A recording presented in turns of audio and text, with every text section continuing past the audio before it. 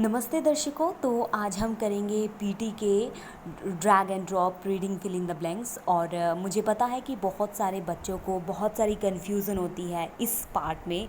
और मुझे ये भी पता है कि हम सबको रीडिंग में ही डिफ़िकल्टी लगती है, बाकी सारे मॉड्यूल हो ही जाते हैं थोड़ा सा धक्का लगा के, है ना। बस एक रीडिंग ऐसा पार्ट है कि वहाँ पर हमें मुश्किल ज़्यादा आती है।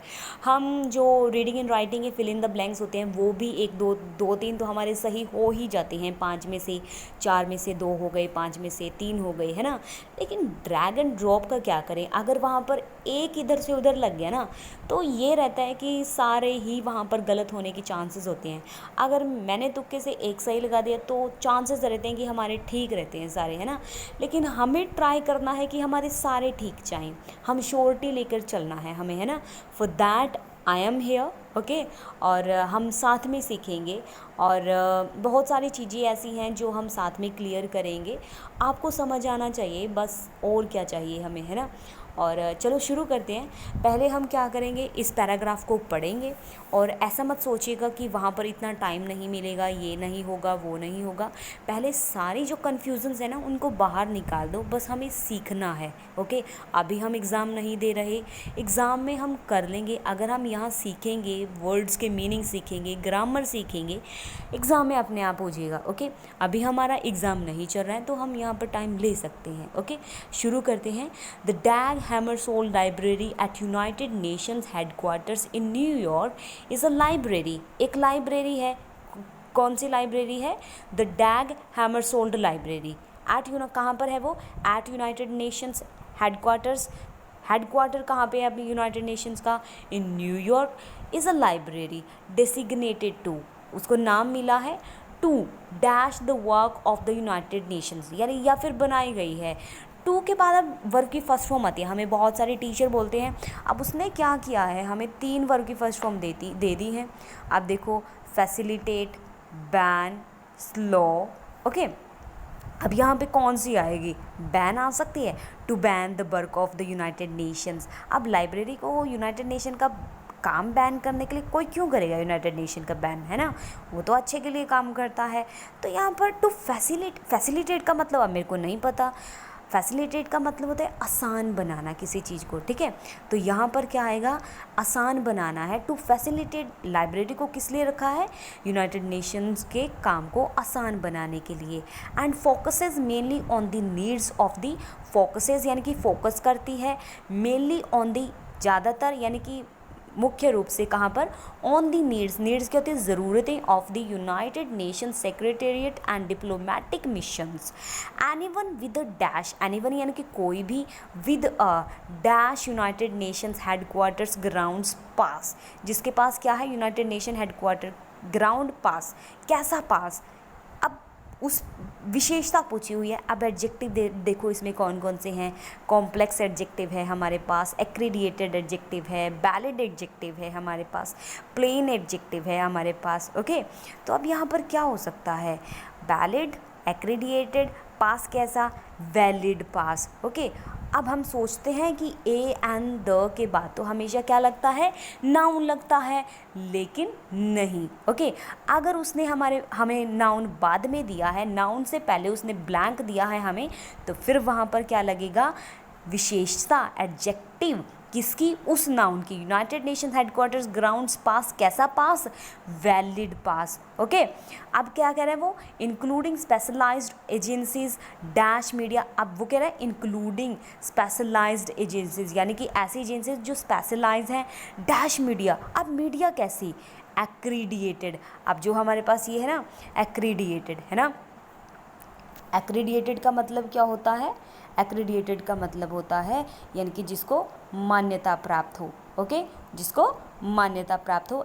ऐसी media and NGO staff is able to visit the library, वो सिर्फ क्या है? वही योग्य हैं, इज़ एबल वही कर सकते हैं, टू विजिट द, मतलब विजिट कर सकते हैं लाइब्रेरी को, ड्यू टू सिक्योरिटी कंसंट्रेंट्स। कंसंट्रेंट्स का मतलब होता है कंस्ट्रेंट्स, इसका मतलब होता है पाबंदियाँ, सिक्योरिटी की जो पाबंदियाँ होती हैं। ड्यू टू मतलब ओइंग टू, ओइंग टू का मतलब भी क्या होता है? कारण से, ओके।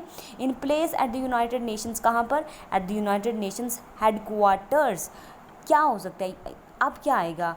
हेडक्वार्टर्स जगहों को क्या बोलेंगे, PLAIN, यानी कि हेडक्वार्टर्स जो क्षेत्र है, जो एरिया है वहाँ पर, ओके, वहाँ पर। The library is not open to the general public, general public के लिए यानी कि आम जनता के लिए खुली नहीं है, ओके। अब नेक्स्ट पर चलते हैं हम। होप्स हो कि आपको सही लगा होगा, मतलब समझ आया होगा। सही लगने से क्या होता है, हमें समझ आना चाहिए, है ना। तो ऐसे करनी चाहिए हमें, चाहे मैं दिन में 5 क्यों ना करूं, लेकिन मेरे को समझ में आए कि मैंने क्या क्या वर्ड किए हैं, किस तरीके से मैंने किया, ओके।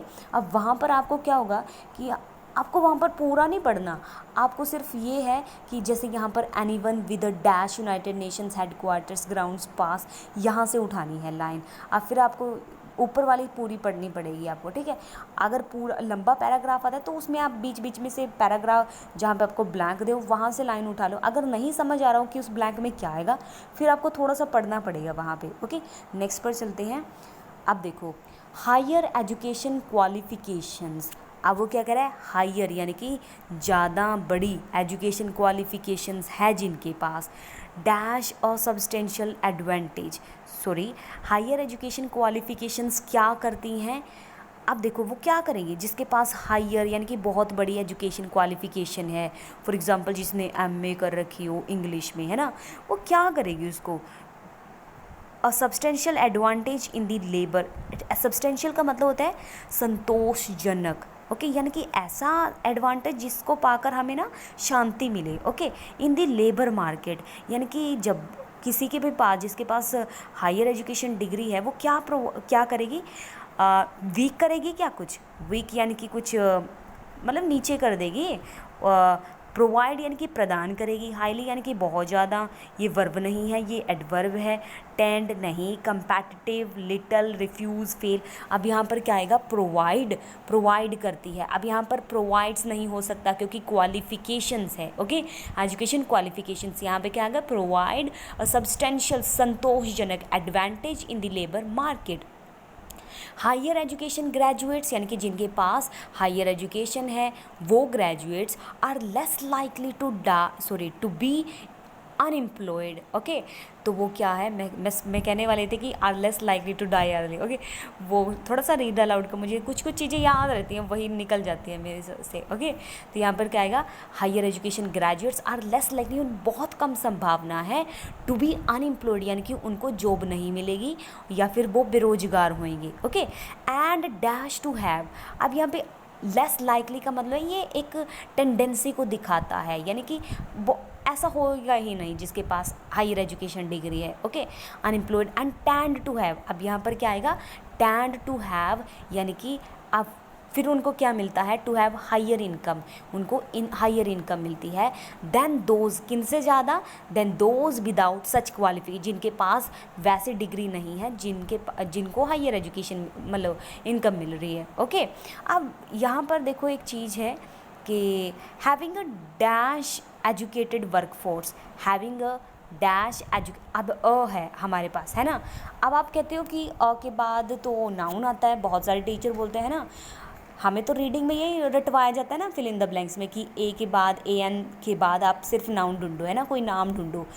अब नाउन का हम सिंपल सा मतलब ये निकालते हैं कि बस नाम, है ना, और आगे हम इससे कुछ लेना देना है ही नहीं, हम कलेक्टिव नाउन नहीं पढ़ते, कुछ आगे हम स्ट्रक्चर पता ही नहीं हमें, बस नाम का पता है ना। तो और देखो यहाँ पर क्या है, एजुकेटेड यहाँ पे क्या है, having a dash educated workforce यहाँ पर क्या है, हमारे पास नाउन है और नाउन उसने पहले ही दे दिया है मेरे को, ओके। अब वर्कफोर्स कैसी है, एजुकेटेड, एजुकेटेड यहाँ पर क्या है, बताओ एजुकेटेड क्या है कमेंट सेक्शन में, एजुकेटेड यहाँ पर क्या है, आप ही बताओगे मेरे को एजुकेटेड, ठीक है। अब मेरे को क्या डालना है यहाँ पर, अब एजुकेटेड में कोई वर्ड ऐड होगा, ओके। एजुकेट मेरे को बताना पड़ेगा एजुकेटेड क्या है, यहाँ पर एडजेक्टिव है, विशेषता है, किसकी, नाउन की। एजुकेटेड क्या है, विशेषता किसकी, नाउन की। नाउन यानी कि नाम, नाम यानी कि कलेक्टिव। अब यहाँ पे वर्कफोर्स क्या है, कलेक्टिव यानी कि एक ग्रुप का नाम है। वर्कफोर्स यानी कि जो आपके अंडर काम कर रहे हैं वो जो लोग, ठीक है, जो आपकी वर्क फोर्स है जो काम करती है एजुकेटेड, अब वो अगर वो कितनी एजुकेटेड, अब वो पूछे कि एजुकेटेड तो है, अब उसने मेरे को नाउन भी दे दिया है, ओके, उसने मेरे को क्या दे दी है, विशेषता भी दे दी है, अब मेरे को कंप्लीट सेंटेंस लगे having a educated work force, okay, लेकिन कितनी ज़्यादा, अब एजुकेटेड से ज़्यादा ब्लैंक पहले ब्लैंक दे दिया, तो मेरे को देखना कि उससे पहले कौन सा ब्लैंक क्या वर्ड आ सकता है। Weak educated workforce can also lead to increase product, weak educated थोड़ी ना हो सकता है ना, वीक यानी कि जो कम एजुकेटेड हो वो तो इंक्रीज़ कर ही नहीं सकती प्रोडक्टिविटी, तो यहाँ पर क्या आएगा, हाईली एजुकेटेड, यानी कि एडजेक्टिव में एडवर्ब लग गई एल वाई वाली, ठीक है। अब हम एक बोलते हैं कि एडवर्ब, तो वर्ब में कुछ ऐड करती है नहीं, सम टाइम वो एडजेक्टिव में भी ऐड कर देती है, ओके। अब यहाँ पर एडजेक्टिव में किया ही है, having a highly educated workforce can also lead to increased productivity and innovation and make Australia more dash in the global market, Australia को क्या बना सकती है, competitive in the global market, okay.